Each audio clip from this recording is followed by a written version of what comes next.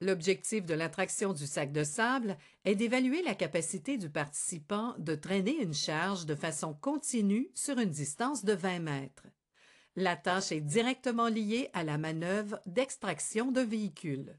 Le participant doit soulever le sac de sable à transporter dans ses bras en le portant façon berceau. Ses mains doivent être sous le sac et ses doigts peuvent se croiser ou s'enlacer.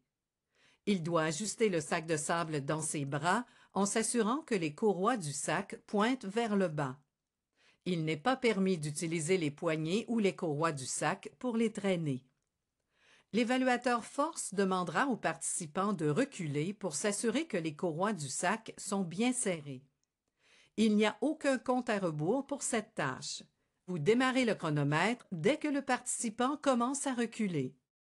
Une fois la tâche commencée, le participant doit reculer sans s'arrêter en traînant les sacs de sable jusqu'à l'autre extrémité du parcours de 20 mètres.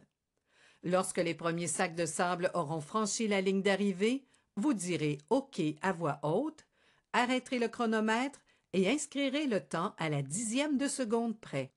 Il n'y a aucune limite de temps pour cette tâche. Pour réussir l'attraction de sacs de sable, le participant doit traîner les sacs de sable de façon continue sur une distance de 20 mètres. Après avoir accompli la tâche, le participant a droit à une période de repos et à un compte-rendu de l'évaluation. Le participant doit respecter les directives suivantes pendant l'attraction de sacs de sable. Une fois qu'il commence à se déplacer, il ne peut s'arrêter à aucun moment. Il n'est pas permis d'utiliser les poignées ou les courroies du sac pour traîner les sacs. Si un participant ne satisfait pas aux normes minimales de conditions physiques pour l'attraction des sacs de sable, les mesures suivantes doivent être prises. 1. Les participants qui ne satisfont pas à la norme minimale de conditions physiques pour l'attraction de sacs de sable peuvent recommencer la tâche une seule fois. 2. Ils doivent prendre une période de repos obligatoire d'au moins 5 minutes, mais pas plus de 8 minutes. 3.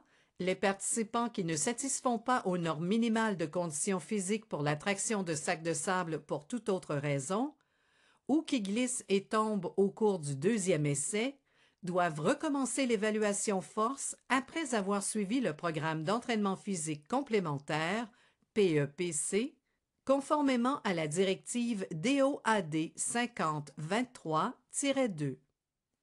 4.